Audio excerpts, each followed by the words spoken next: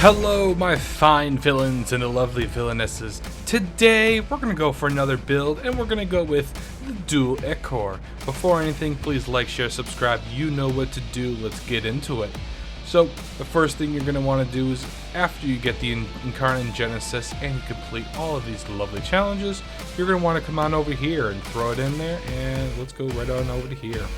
So, after getting the first one done, you're going to go to the second one. Now, there are two of them.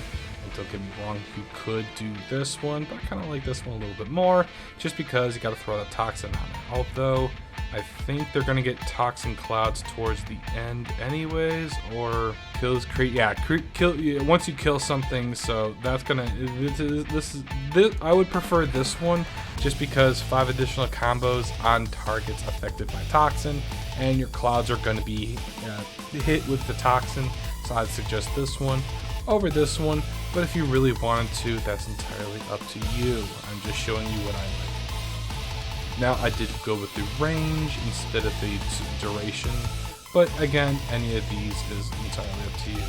Now, because this thing already has a lot of crit chance, and you could go with something else, like on killing an enemy with 3 toxin stacks, get health regen for 9 seconds, which is really good if you're using someone with a lot of health, or collecting ammo grants 5 combo counter.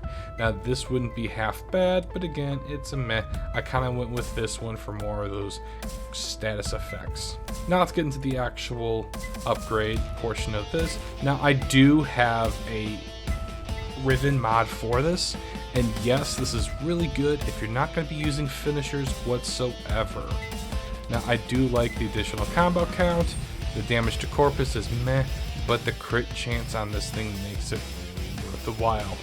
Now, I will say this much, again, this is entirely up to you, but you do want your crit chance. This is just in place of crit chance, and then you want to have even more crit chance. Now, I could take this out for something else, but you have your condition overload and a little bit of heat just to get that heat viral stack going. And then Weeping Wounds. Now, if you do have a arcane melee, that is entirely up to you. So if you really wanted to go with that heavy attack, that's entirely up to you.